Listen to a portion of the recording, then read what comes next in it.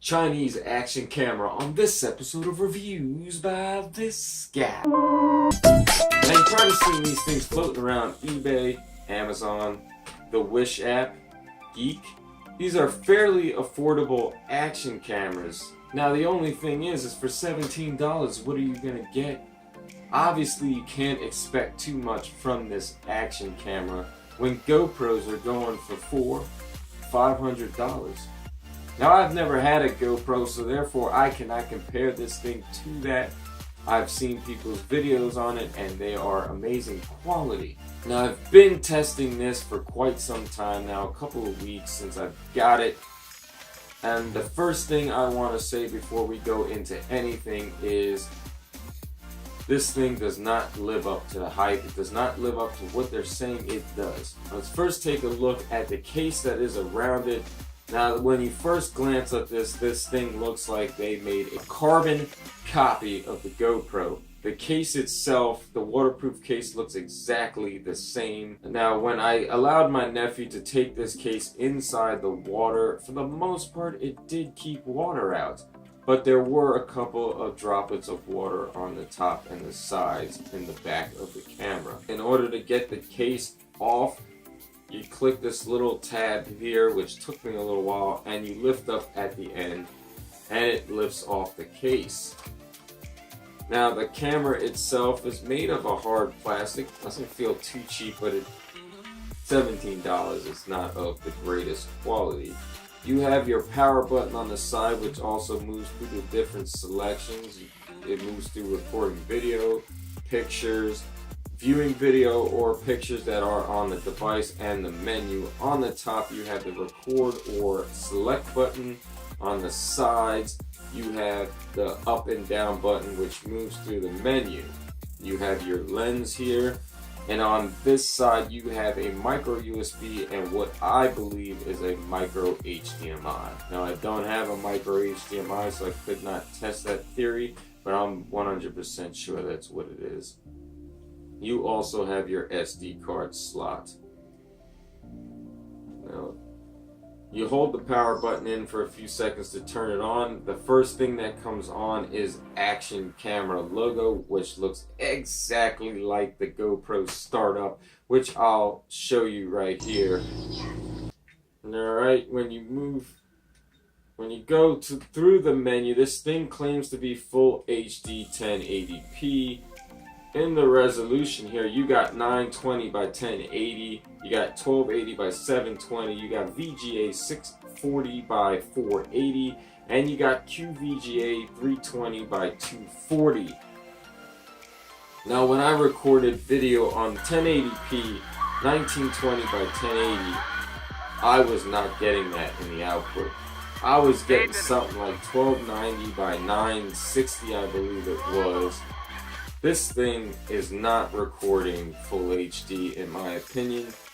As always, I always like to say that maybe it's something I'm doing wrong, but I highly doubt it. The quality of video is not great. I've recorded video in low light, which obviously is not going to come out that great. I've recorded video in some sort of light, and I recorded video in sunlight. Now the video is not of the worst quality. Now the Chinese manufacturer suggests using a class 10 SD card. Originally I used a class 4. Then I went out because I had to try it. I had to get some sort of legitimacy to what they were saying, and I got a class 10 SD card. Now naturally, yes, this should produce better quality video with less stuttering, but overall, I didn't see much of a difference. But there's one thing that I'd like to point out that does get really annoying. The screen times out a lot. Now maybe I haven't gone through the menu to see if there is a setting to stop that, but while you're recording it will shut off. You don't know if it's still recording, although it is still recording. Then you go to turn it back on and you see that you are recording, but you can't see what you're recording. Now let's go through some of the options in the menu. Besides what I just said, the resolution, you have the date tag, which works pretty well. You have a motion detection, which I've put on, and I didn't really see it detecting anything. You have your cycle record. You have audio, which you can turn it on or off. I don't know why you would ever mute the audio. Maybe someone has some sort of use for it. You have EV. You have your resolution for pictures.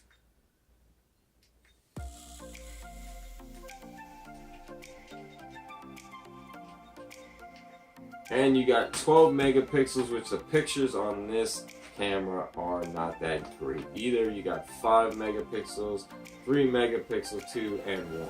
You got fast view, which I believe that's to hook to your TV. 2 seconds, 5 seconds.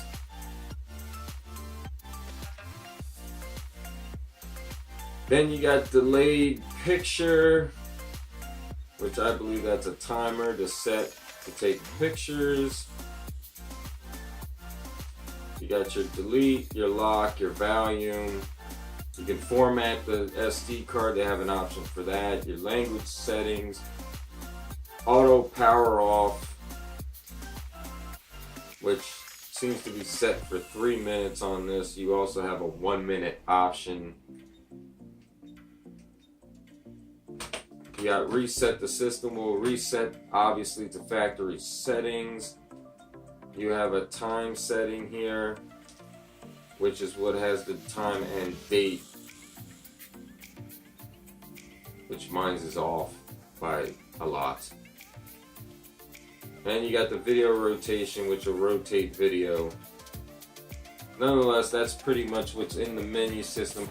But like I said, the camera itself, it's $17. You can't expect much from this HD sports camera, or should I say HD action camera. If you're looking for a camera that you can take with you, that you're not going to be overly upset or worried that you're going to break it or lose it or it's going to get stolen, the video quality's not horrible. It's not great, believe me.